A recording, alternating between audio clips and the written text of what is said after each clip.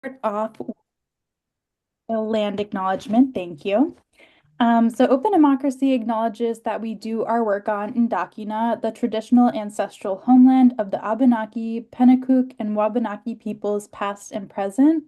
We acknowledge and honor with gratitude the land and waterways and the people who have stewarded Indakina throughout the generations and continue to do so today. And I will turn it over to Kate to introduce our author, Michael Ansara. Okay, thank you, Kaylee. Oh, so excited to do this. So excited that we are doing this book right now. Um, I sent out a little email to people right after No Kings, with a great picture of local activist Louise Spencer dressed as the Statue of Liberty, sending postcards to Kelly Ayotte, our governor. And I think couldn't help but sort of overlaying that with reading this book. And I'll just read something I wrote then. I said, the day after No Kings, I decided to listen to a recent interview on Hitting Left with Michael Ansara. And he was asked, of course, about hope. I mean, the title of the book says two important things: hope, but also hard work, period.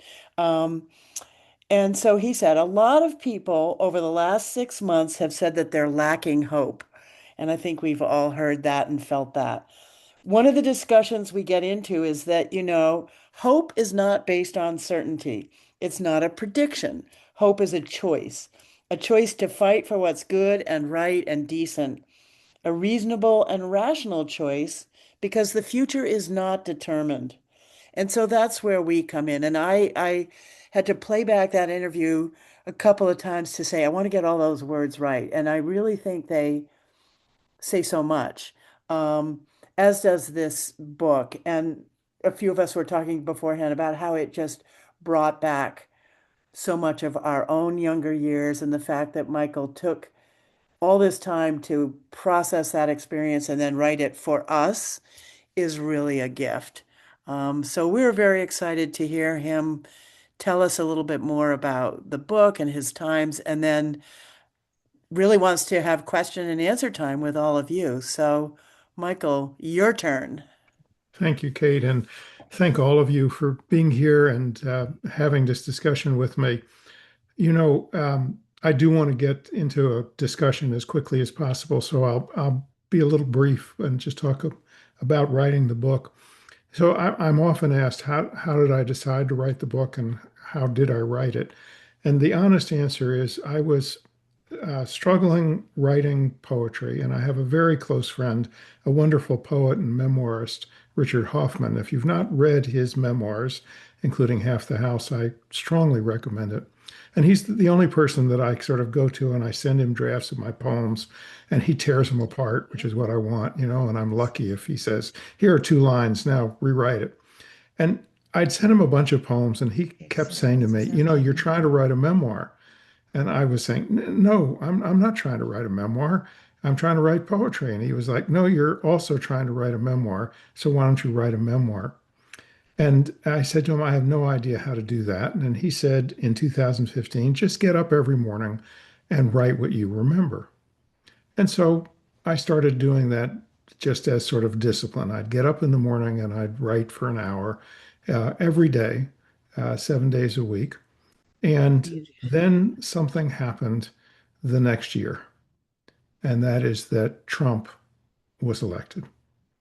And that changed completely this process of just sort of writing whatever I could remember to feeling like I wanted to write a memoir that would explore what we did well and what we didn't do so well, and try to provide a guide, lessons, as painful as some of them might be, to people who were going to be struggling for the future of our democracy and to oppose the MAGA movement. It took me 10 years from beginning to write it to finding a publisher, and it was often a process of reduction. When I finally found a publisher, I'd written to 40 agents, no agents would take it. I'd written to 30 presses, no presses. They all wrote back and said, it's really quite wonderful, but not for us. I finally found a publisher, and the publisher said, "It's great, but now you have to cut it in half." And so I had to go back to work and cut it down and cut it down and cut it down. So there's all sorts of things that I would have liked to have in it that aren't. And I'm so glad that you are interested in it. You know, uh, I'm sure all of you can remember being 13. When I was 13, I was miserable. Lots of acne. I was sick and often on crutches, and my body didn't work. And I also thought, I'm born in the wrong time in the wrong place. There's nothing left to explore. There are no great struggles in front of us. Typical, I think, adolescent angst. And that only got deepened when I went to high school in 1960, and we started doing civil defense drills. You remember that? So we would go down into the basement, and we would have to duck and cover, and they would stress to us over and over again, whatever you do, don't look up. At the time of the blast, don't look up. And I saw this poster that showed the concentric circles of the effects of the blast. And, in the inner circle, everything was cinder. And then in the next circle, all the oxygen was sucked out of the air and everything died because there was no oxygen. And then in the final circle, there was terrible windstorms and radiation, and everybody died.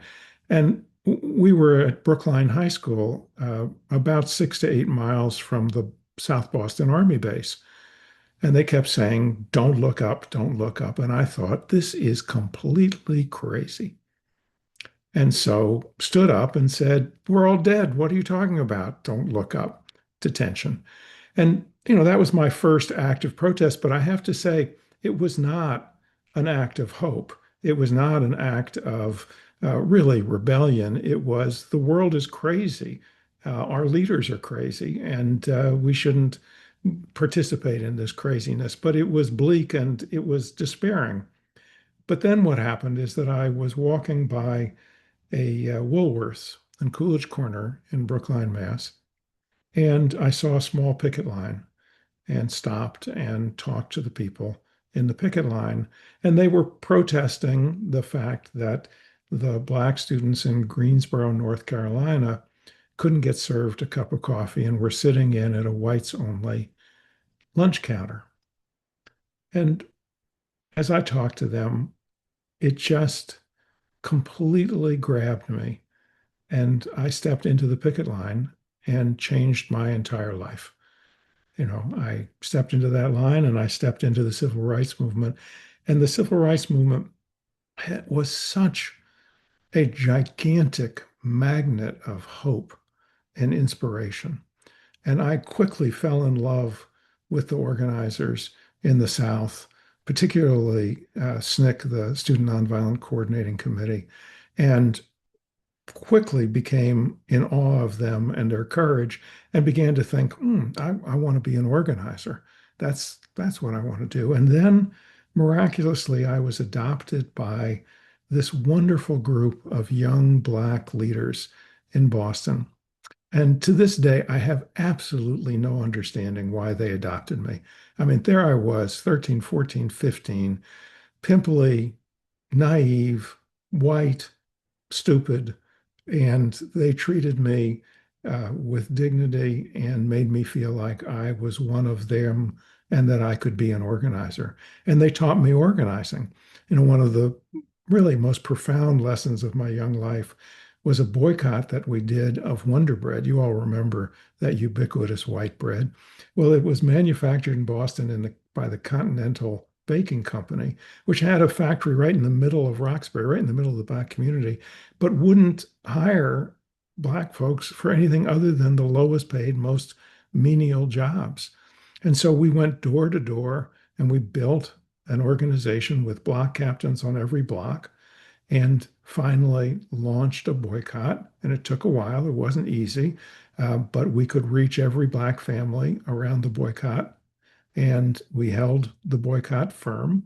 And finally, Continental Baking, Wonder Bread gave in. And I saw firsthand what happens when people organize and come together and the kind of power that is possible. And that coupled with my heroes like Fannie Lou Hamer, a black sharecropper in Mississippi, convinced me that when we organize, all sorts of possibilities are now opened up for us, and that organizing was really effective. It wasn't easy, but it was worth doing. And so then, I'm skipping a lot, but in 1964, I headed off to Harvard. And again, I'm not sure why, but I felt in my bones that a powerful new student movement was possible. And I had decided that Students for a Democratic Society was my political home. I'd been very close with some of the founders of it. I used to go on Thursday nights to a bar, Cronin's Bar and Grill in Harvard Square, and literally sit at their feet while they debated policy and ideas and theory. And I just soaked it all up. And I thought of myself as, okay, I'm not the theoretician, but I'm the practical organizer that's going to turn their great ideas into reality by building a student movement and creating a new left that would be very different from the old left. It wouldn't be enthralled to foreign governments and foreign models. It would be rooted in American experience, American language, and it would be all about expanding democracy, not restricting it. And I was really excited and thought that I was started on a path to build that new left. What I didn't realize is that I was starting on a 10-year struggle to end the war in Vietnam. That December of 64, I went to my first SDS national meeting, the National Council in New York. And there were some really momentous debates and decisions.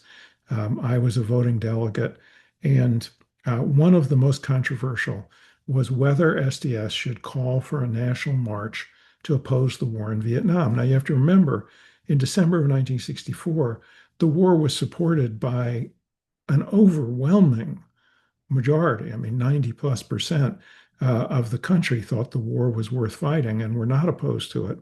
And so it was a very audacious step for this little student organization to say, okay, we're going to call for a march on Washington. And it was also up for debate because some of the organizers, particularly the older generation of SDS organizers like Tom Hayden, felt that what we really needed to do was be organizing in the communities in the North and building an interracial movement in the North to mirror what was happening in the South. And, I'd love to tell you that I participated in this debate, as I did, out of wonderful strategic thinking, but nothing could be further from the truth. I was 17. I was there with my girlfriend shortly to be my wife. She had a crush that was obvious on Tom Hayden from the minute. And he would stand up and, Tom became a good friend of mine, but Tom would stand up in this meeting and sort of recite mystical haikus. He would say things like, well, what if Robert's Rules of Order is really a capitalist conspiracy? And then sit down. Or he'd stand up and say, well, what if we voted 36 to 35? Would we really have decided anything? And then sit down. And I thought, this is just hokey as can be. But I kept looking at Amy and seeing that she was absolutely smitten by Tom. And so I decided in my adolescent way that anything that Tom was for, I was against, and anything that he was against, I was for, and he didn't want us to call a march on Washington. Ironic, given that he then went on to devote years of his life to opposing the war in Vietnam. So I became a critical swing vote in calling for the March on Washington. And so, I look back on that with enormous humility and also sympathy for my 17-year-old self who thought I was all grown up and intensely political. But that launched us on a 10-year struggle in which SDS grew astronomically because it was the spearhead of the opposition to the war in Vietnam. And we decided to mount protest after protest, but what's not talked about so much is how we had to organize. Everybody writes and thinks about the demonstrations, but we had to be welcoming to people who disagreed with us because everybody disagreed with us. On the campuses, there was unanimous support, and we had to convince people to oppose the war and we had to educate them. And so we had to be welcoming and have real, authentic discussions with people. And, most of those discussions really taught me about organizing because they weren't selling. The civil rights movement had taught me that when you organize, you're not a salesperson. That's not what you're doing. You're connecting and you're having and building authentic relationships with people. And so I spent hour after hour in discussions with young students about our lives, our parents' expectations. We were just talking briefly with Bob about beforehand. And, most kids were going to college because their parents wanted them to. And most of them had expectations laid on them. They were going to go into business. They were going to go into, med school, or they were going to inherit a family business or whatever it was. And we were groping with what does it mean to have a moral life in this country with the racism that was going on, the civil rights movement and the struggle, and this war that was unjust and illegal. So I spent 10 years of my life opposing the war. And in that process, I think I made every mistake that an organizer can make. And I discuss many of them in the book, but I also learned lots of lessons, often the hard way. And people say, well, what are some of those lessons? Well, some of them are really obvious, like symbolism. If I could do it all over again, I would march with American flags and we'd be singing America the Beautiful. Instead, by 68, 69, we were marching with Viet Cong flags, NLF flags. And, the more profound mistakes is that as we learned more and more about the war, about American foreign policy, about American history, the genocide of Native American people, the deep and enduring evil of slavery and its lasting impacts, the overthrow of Mossadegh in Iran, the overthrow of Arbenz in Guatemala, the overthrow of the Dominican Republic elected leader, on and on. By 68, 69, we began to think that our country was an irredeemable country. And when you get to that point, it's a tragedy because at that point, it's all or nothing. You have to change everything or nothing. And you have largely given up on your country and you can't fight for it. And so we had to learn the painful lesson that while all of that history was true and needed to be remembered and noted and thought about, it was also true that the country was worth fighting for. And what saved me, I think, was my civil rights experience. The civil rights movement, as I said, was such a hopeful, powerful experience in which we were called to do something about an obvious and manifest evil. And it showed me that when we organize, ordinary people can change and grow. And if people can grow and change, then there's always hope for a country.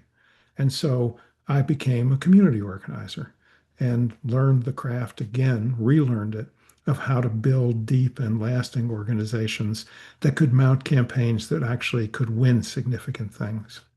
And so, when I look at today, people ask me a lot about, okay, um, what lessons would you share? So one is the symbolism one.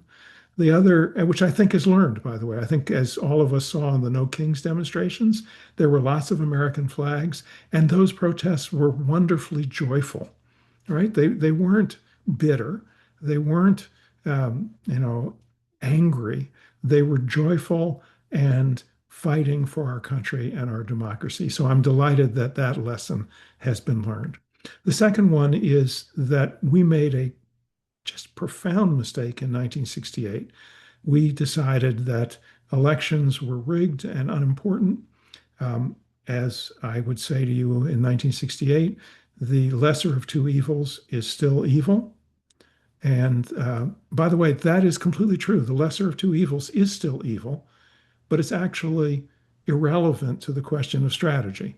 So in 1968, we needed to be asking, what is the best path forward to stop the war in Vietnam and save lives in Southeast Asia? What is the path that will give us the best chance to continue the progress of the civil rights movement as a growing backlash to it was emerging? And if you really were rigorous and asked those questions, you would come up with a strategy that said you don't want to have Richard Nixon, an insecure person who has no belief in the Constitution and is adopting the Southern strategy and converting the Republican Party into the party of white grievance, starting the long march to the now party of Trump. You would have said, we need to stop him. Not, by the way, because Hubert Humphrey is a shining figure that would lead us into a glorious future, but because we would be able to be more effective pressuring him and would have needed to pressure him. And so we took the position, vote in the street, vote with your feet, and didn't ask people to vote. The voting age was 21, so many of our youngest followers couldn't have voted, but I was 21 and I didn't even register to vote. And that election was one of the closest, even closer than the election of 24. And I do believe we could have played a dramatically different and effective role, and we didn't. And the result, by the way, is that 2 million more people in Southeast Asia died, Black leaders were assassinated, and the country moved to a divisive path that has endured to this day. So, I think now when I look to a lot of young activists, I think they've learned that lesson. I'm not sure about around the Gaza protests, whether that was so clear, but I think since then people have learned that protests and elections are absolutely hand in hand and need to be both of them fused together. You know, I'll end with this. You know, and I know that we are in a desperate fight to save American democracy. I don't think there has been a time of greater threat to the Constitution, to our democracy, and to decency since the Civil War. And by the way, there's a through line between the people who brought us the Civil War and the people who are in the White House today. And that threat means that we're in a race, that the forces of democracy are in a race against the forces of authoritarianism. There is a clear anti-MAGA majority in the country. It was there in 24, but didn't vote and wasn't organized.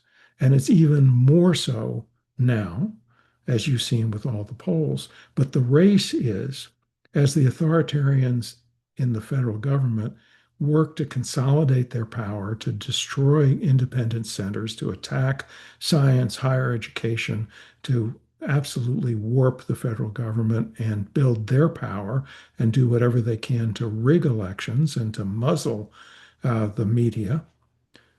Our side is in a race to build political power that is deep enough and broad enough that we can win, not just in the midterms, but beyond. And I would say we're doing really a great job on the mobilizing front, but we're not doing yet a good enough job on the organizing front.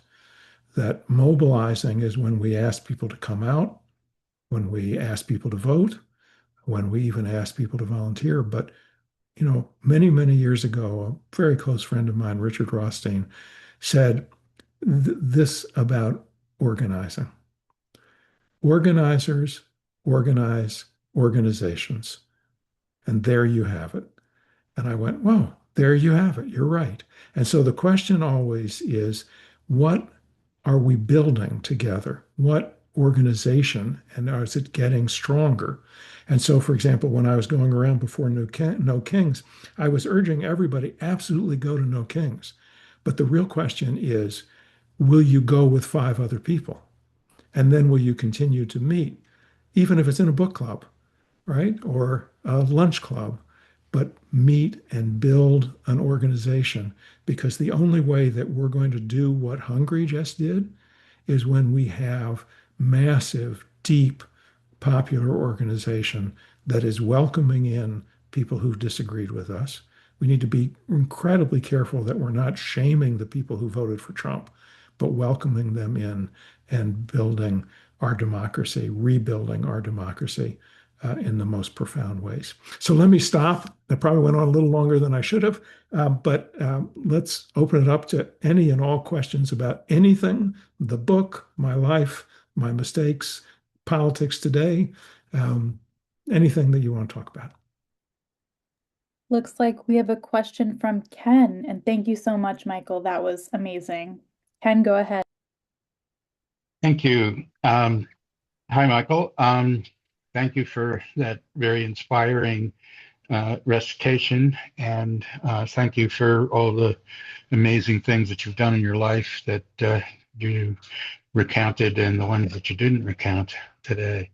Um, I have a question about strategy. Well, let me just say, I was 2 years behind you in college. I entered when I was a freshman when you were a junior, and I remember many SDS organized protests, and um, the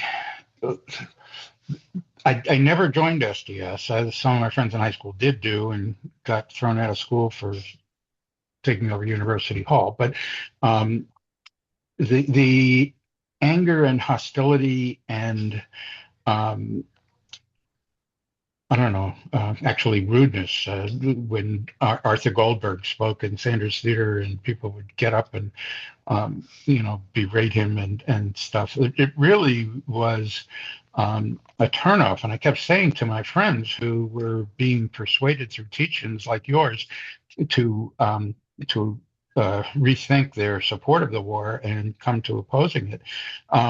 But it, we kept saying that you're not gonna win any friends by being this obnoxious, basically.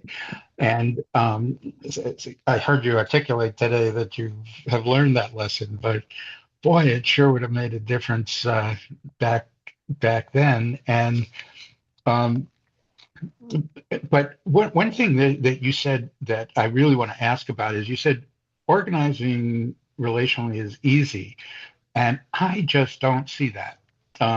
So can you explain to me how it's actually easy to do um, with even with a large number of people, that show up at No Kings and everything? How are they going to get more people to come out, and how are they going to get people to do something in between No Kings 3 and No Kings 4? Yeah. So if I said that organizing was easy, I misspoke. It's not easy, but it is possible, and it is also wonderful. By the way, one of the things that I've benefited from in my life is to be part of movements where I really felt part of something much larger than myself, and that's just a profoundly meaningful experience. And by the way, I completely agree with you. By 68 and 69, many of my friends were and myself were going slightly crazy. And in our, we were so young, and the weight of the war hung so heavily on our shoulders. And I'm really glad that today, I believe most of the people who are fighting against Trump and MAGA um, are doing it out of a great love of the country and are open and welcoming to people who we have disagreed with. But organizing, what it's in some ways a craft. It's a set of skills that people can learn. But it's also just a mindset, which is we're going to always be talking to people and authentic connection with them and see. I mean, so, the discussion today is not, oh, um, I'm against Trump and I want you to come to No Kings. It's, I'm terrified about the future for my children and my grandchildren. How are you feeling? and then having a discussion about how they're feeling and looking for common points, and then in the discussion, looking for ways that you and they can do something that's going to help shape the future. What holds most people back is that they don't think there is anything that they can do. And so, what's really important is for us to be offering people things that make sense that they can do.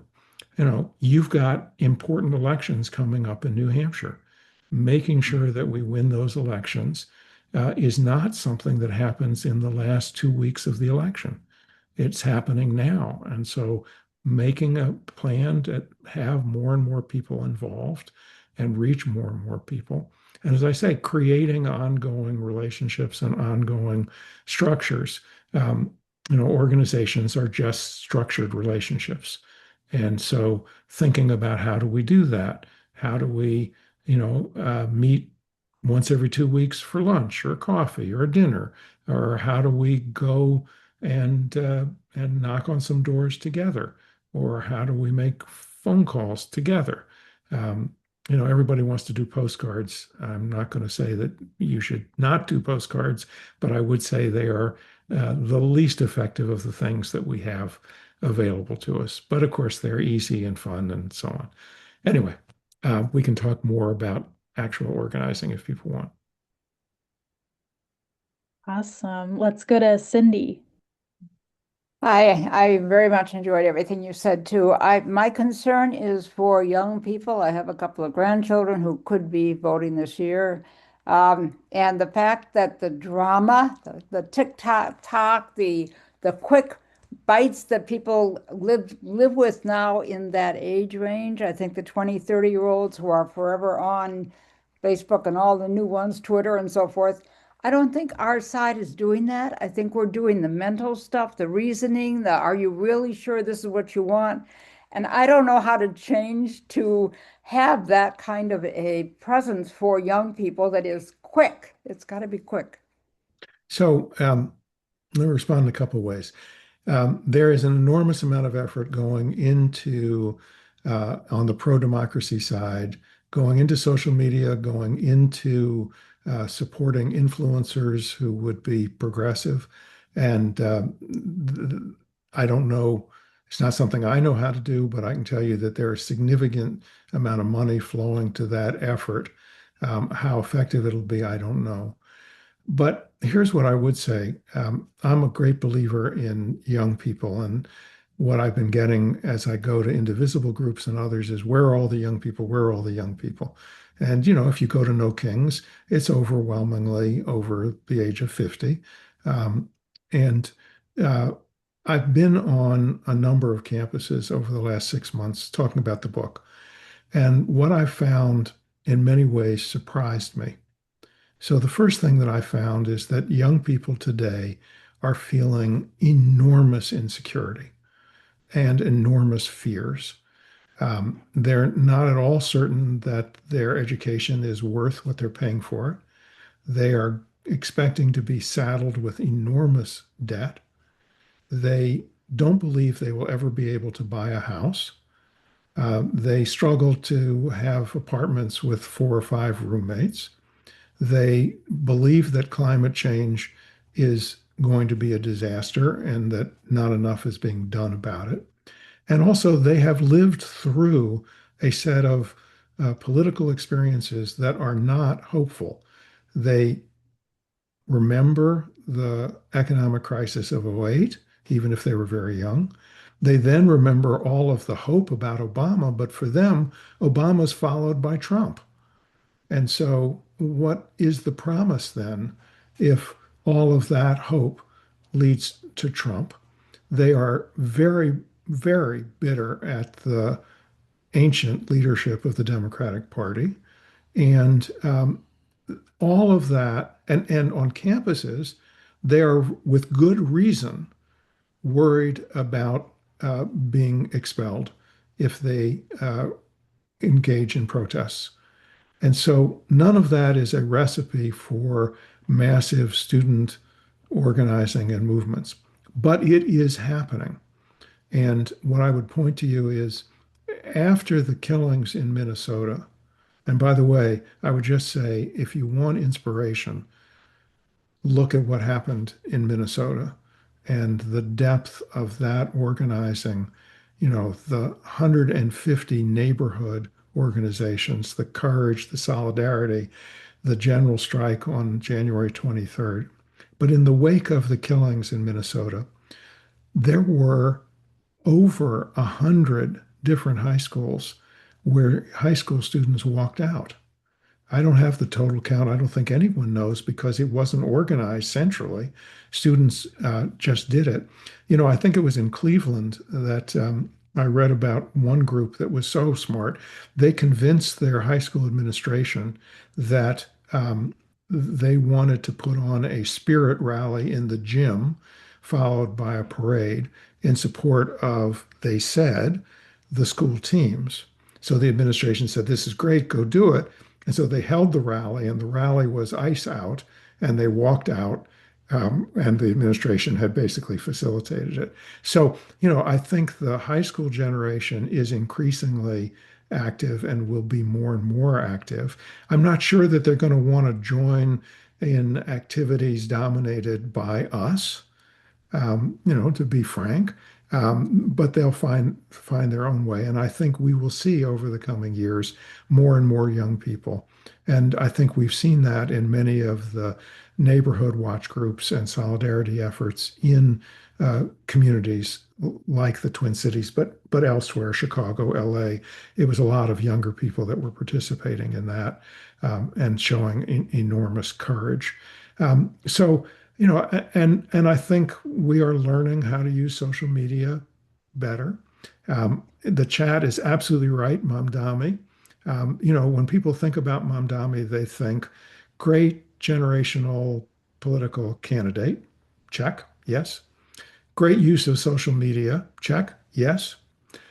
Really appealing program affordability. Check. What they miss is the 104,000 volunteers organized in an organization that worked for Madami, 50,000 in the primary and over 104,000 in the general. And here's what's so exciting to me. Mamdani has made the decision to keep his volunteer organization alive and independent. Whereas Obama made the fatal decision. He had 23 million volunteers in Obama for America, then Organize for America, and they made the fatal decision to bring that into the DNC and kill it. And so that whole political base was dissipated. But Mamdani has made the other decision. And so I think that's, again, a hopeful sign. And young people will respond when there's a compelling political figure that speaks to them. And we'll see. I think there'll be more Mamdamis. They'll be different. They won't be New York. They'll be Kansas City. They'll be Omaha, and they'll be different. All right, talking too long. Questions? Bob Bob? Perry. Thanks, Kaylee. In your book, you speak well of Tom Hayden and his writings, and I wonder whether that is reading that you might recommend. Yeah, no, I think Tom has actually 4 or 5 different books, all of which are worth reading. What really stirred me is unfortunately not in a book.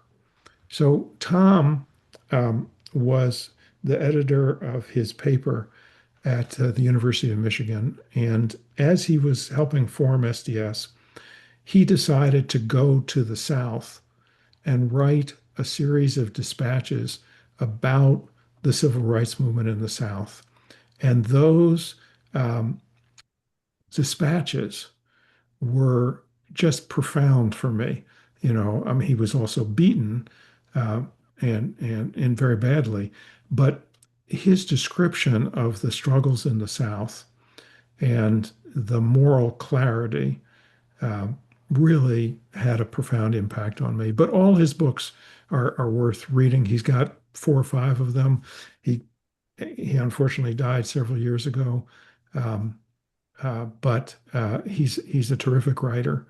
I'd also recommend if you want books on the 60s, another friend of mine, another SDS founder, Todd Gitlin, wrote a really good book on the 60s.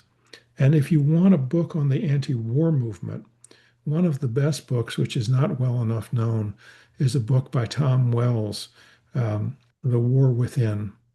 And it's a detailed history of the anti-Vietnam War effort, in which I learned some really important things, which I'll share one of them with you, which is makes me feel just how important the anti-war movement was. I mean, I always knew it, but there were many times when I felt like, we're just not good enough. We're just not good enough. So Wells has access to Nixon's papers. And in Nixon's papers, it turns out that Kissinger and Nixon were very seriously considering using tactical nuclear weapons in Vietnam. And they made a decision that they wouldn't, not out of morality, not out of a sense that you should never use nuclear weapons, but because they thought the anti war movement would overrun the country if they did so. And so they decided, out of fear of the anti war movement, not to use nuclear weapons in Southeast Asia. So, again, you know, it is a testimony, as hard as these struggles are, but that mass movements and organizing matters. Olivia. So one of the things, Michael, that I was sort of really impressed with is the listening, how much listening you did to students, to people who disagreed with you, like the example in the police station in Lowell, where you were talking, sort of about the flag, but also like how you were able to listen to people about making the demand to overthrow the judge. Like it seems like you really were able to be successful in your organizing through sort of those deep, deep listening, both with people you agreed with and disagreed with, but also you were really smart and savvy about like going to the IRS and uncovering all of these interesting things too. So you were really doing some smart research too. So what sort of how did you make decisions strategically? You talk about strategic decisions, but you didn't talk about like how you did it. So, a lot of the time we didn't. But by the time we'd gotten to Mass Fair Share, which was a big statewide community organization, we were really focused on strategy. And I think that developing the practice and the process of being strategic is the most important thing that we can do. So, absolutely listening and welcoming. I mean, if you don't listen to people, you can't connect with them and you can't figure out how to move them.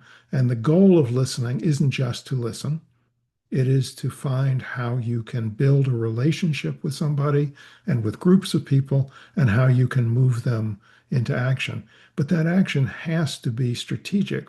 And so here's the discipline that I always recommend about strategy, whether it's a very small situation or whether it's a political campaign or whether it's the struggle to get hey, Bob Perry, uh, I never met Donna Summer. Sorry, I've heard of her. Anyway, whether it's trying to defeat Trump, here's what I developed and what I would urge everyone to do. So, most of the time, we plan forwards. Okay, today is Tuesday. What am I going to do Wednesday? What am I going to do next week? What am I going to do the week after that? That is completely the wrong way to plan. You have to plan backwards. What do I mean by that? You have to start and say, it's the day after we won. What did we win? We got to put it down really clearly what it is that we wanted to win and that we won. Now, let's ask the question, what are all the things that had to happen so that we won? And now we got to plan backwards from that. All right. What happened the week before we won, the month before we won? And so take a political campaign. That's exactly what you want to do with a political campaign. We won. We got over 51% of the vote. All right. Where did we get that vote from? I mean, literally, who voted for us and how did we get there? And you work backwards, again, thinking very strategically. And tactics, the little things that we do, um, all need to be in the service of the larger strategy of how we get there. And so what happens a lot is that we get hung up on tactics and not the strategy. So no kings is a wonderful, useful strategy. I mean, tactic, but it's not a strategy. It's just one thing. The struggle is how do we stop Trump and MAGA? And so, the way I would plan it if I was leading anything is I would say, okay, it's, November of 2029. What did we have to win? How did we win it? Now work back. You get quite quickly to 26 and the essential nature of taking the House and, if at all possible, the Senate. Now, how do we do that? And how do we use all of our minds, our time, our talent, our money to actually achieve that goal? And certainly, No Kings is a big part of that, by the way. Absolutely. Um, but it can't be the only part of it at all. So, strategy is about understanding what you're trying to accomplish and then what it will take to accomplish it. And of course, always going back and looking at it because things change. I mean, you make a plan, but things change always. And so what you think was the right strategy has to be adjusted and tweaked and altered as the real world interferes. But, you know, not enough organizations are rigorous about the strategy. I mean, there's just no substitute. You just got to sit down and you got to do it and do it really carefully and then go get some more research and then redo it again. So when we were doing Mass Fair Share, we would say, okay, we want to win on taxes.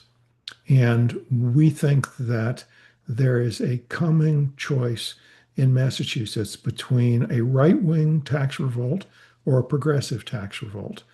So we want to have a progressive tax revolt that actually makes the tax system fairer. And so we sat down and we mapped out a 3-year campaign.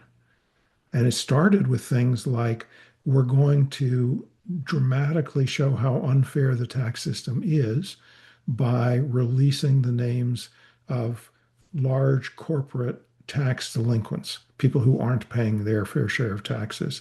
But we had it all the way mapped out to passing a referendum around classification. And anyway, you've got to do the rigorous planning for strategy.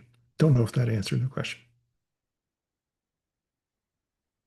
Kate, and then we'll move into breakout rooms. Yeah, just very quickly, who's doing a good job? Um, Well, I think, again, we both, oh, there's a Mamdani. So we don't want to waste time on like trying to persuade the DNC, say, or whatever. no, It's like no, we you've don't got want to persuade a the, good no, list of people who are like, come on, I would put my money here or my energy there. yeah. Give us ideas. So I think there are a number of people who are doing a good job.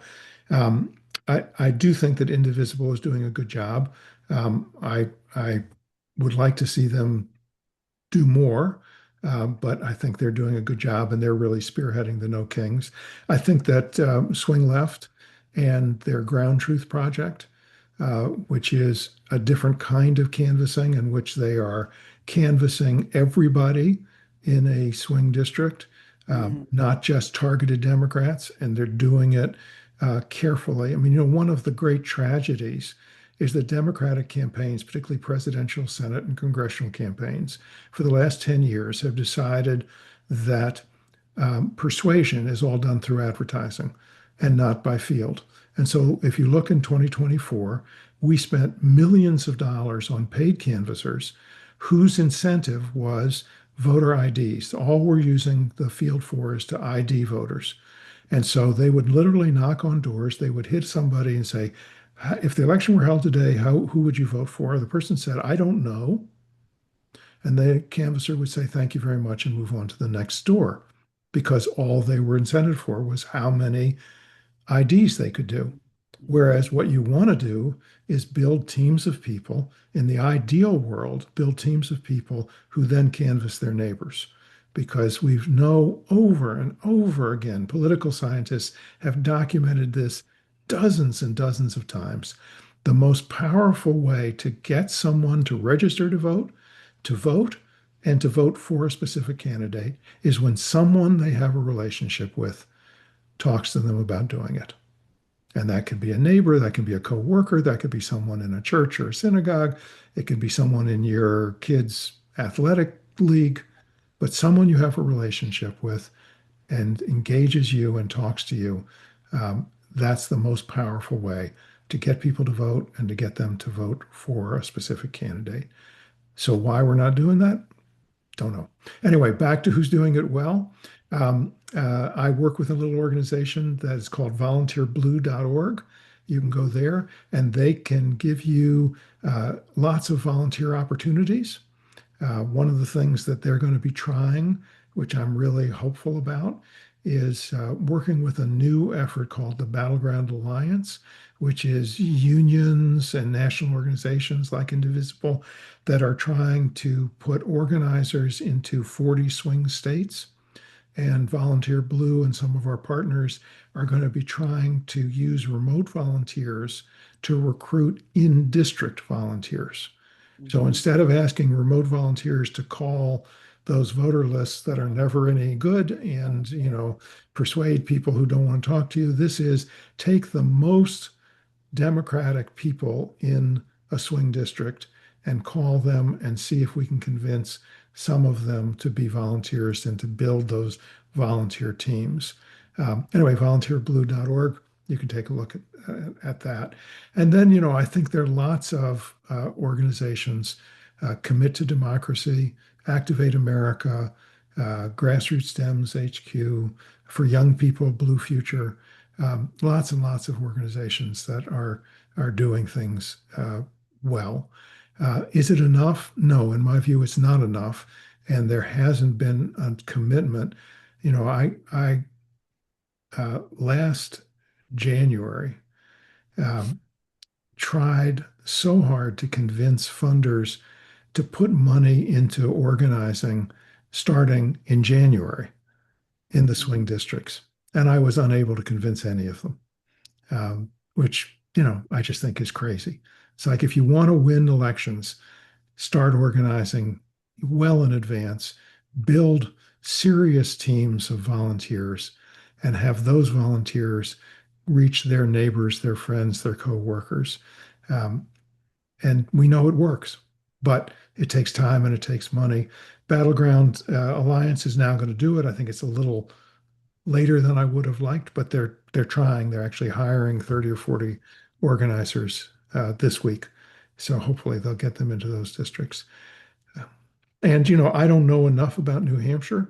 I can't tell you in New Hampshire what I would do, but I do know you've got important elections, and hopefully um, you'll win them, and also hopefully you'll figure out how to take the state legislature. Um, which is a really important, often unnoticed, but really important effort. And so anything you can do with that would be great. And, I would just again say what was said before, which is being willing to talk to people is and listen to them is just so important.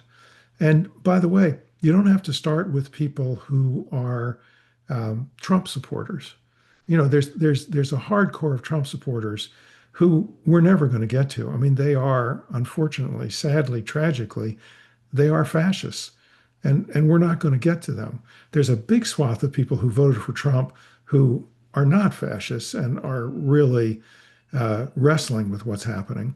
But then there are all the people that who didn't come to know kings Mhm. or deeply upset, but didn't come to know Kings, aren't making phone calls, aren't canvassing, aren't signing up. So, that's why I say the starting point is go talk with them and Mhm. say, we all need to do something. We need to do it together if we really care about our children and our grandchildren and their future. We can't stay on the sidelines. And so, if everybody gets five people and then those five people get five people, all of a sudden you're talking about a significant number of people. Thank you. And Gordon, did you have a question? I saw your hand raised there. I guess it's as much a comment. Well, I don't know if you're familiar. I bet you're familiar with the Midwest Academy Yes, I am. organizing, because a lot of what you say, they're especially good in separating tactics and strategy, and they're just their sheets. If you go through the discipline of their sheet of Right, their campaign right. sheets, which we have done a couple times in the past, but I agree with you. That's so it's so important to separate those two. And I don't know if you're familiar. I'm very about 5 years ago, I became um, convinced that the pathway mapping out of the Aspen Institute. Mhm. I don't know if you've heard of that, but to me, it's exactly what you said. You start Yep. where you want to be. You say, okay, and we have very specific mission on that respect in terms of bills we want to pass. We're going to pass a package of bills that'll get big money out. And you work backwards in terms of what you have to really do to make that happen. And it's a long process, but Yep. if you have that map, you aren't going to go astray. No, I think that's Well, absolutely you're true. going to go astray, but But not. yeah, but you have a better chance, a much better Yeah. chance. By the way, you'll be happy to know that my dear longtime friend Heather Booth, who founded the Midwest Academy, is now on the staff of the Battleground Alliance. So Oh, that's fabulous. okay. And by the way, another group that I would mention, particularly for people who are interested in climate, is Third Act. I think they're doing a really good job. And if you're particularly interested in climate, I think Third Act makes a lot of sense. And, they're working on the elections as well as other things. And I won't hold it against you. I was from Newton a couple of years ahead of you. And my first indoctrination was with Saul Alinsky, Mm. his approach I still Absolutely. use. I still use. I think it's very, Excellent. very powerful. Excellent. Great. We're going to move now into breakout rooms. Doreen, if you want to just make us 2 rooms. And then we'll come back to talk about actions we can take summer.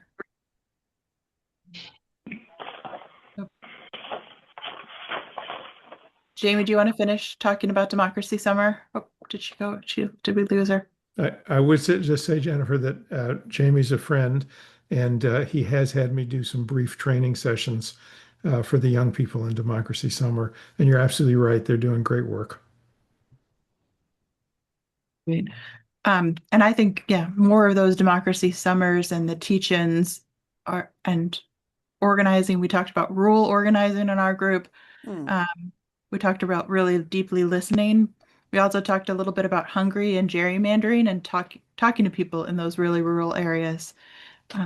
Kate, what actions did your group come up with? I'd like sort of Ken and Jim to just continue where we were just going. We were talking about, and Kaylee, we're talking about young people and what is going to work with them and what isn't going to work with them. And I was basically saying, forget it if you just do the young Democrats, like that's an old Mhm. brand.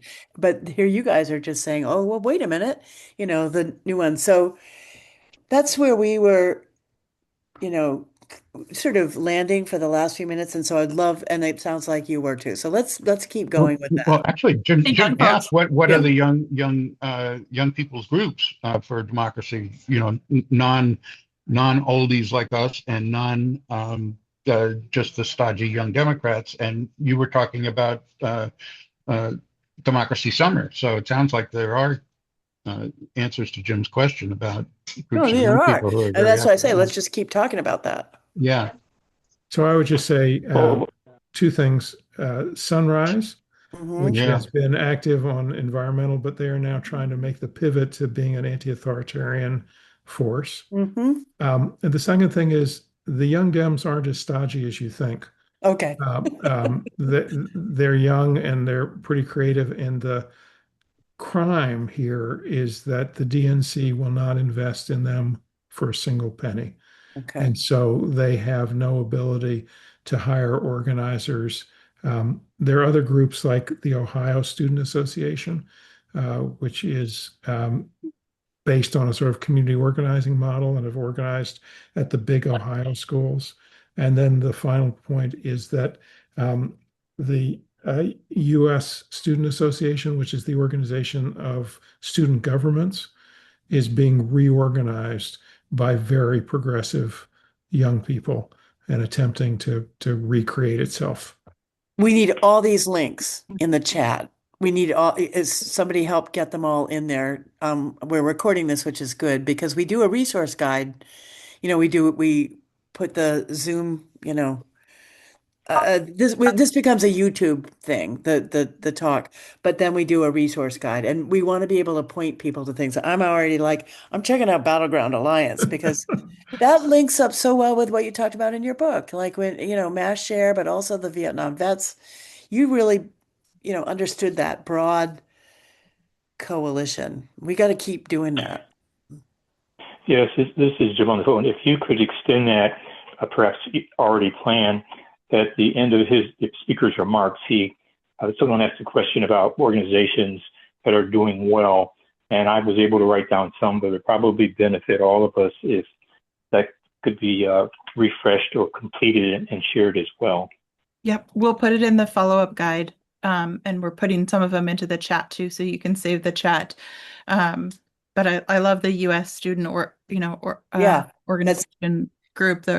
Um, and I think you're right that sort of in making huge investment in young organizing is really critical. And also sort of how do we use sort of the Midwest Strategy Guide and how do we use so many of the tools and lessons learned. And, I do think we do need a young person's organization, but I do think there's benefits from organizing a multi-generational democracy that works for all of us too. And the Mhm. shared learning that we can do sort of within a multi-generational work. And I think people like Heather Booth and others that are doing some of that really deep, powerful organizing is really important. But I Mm. think, um, yeah, I'm gonna look up the Rural Democracy Institute as well. Initiative, I think, Mhm. is what it's called. Initiative, I think, yeah. awesome. Hmm.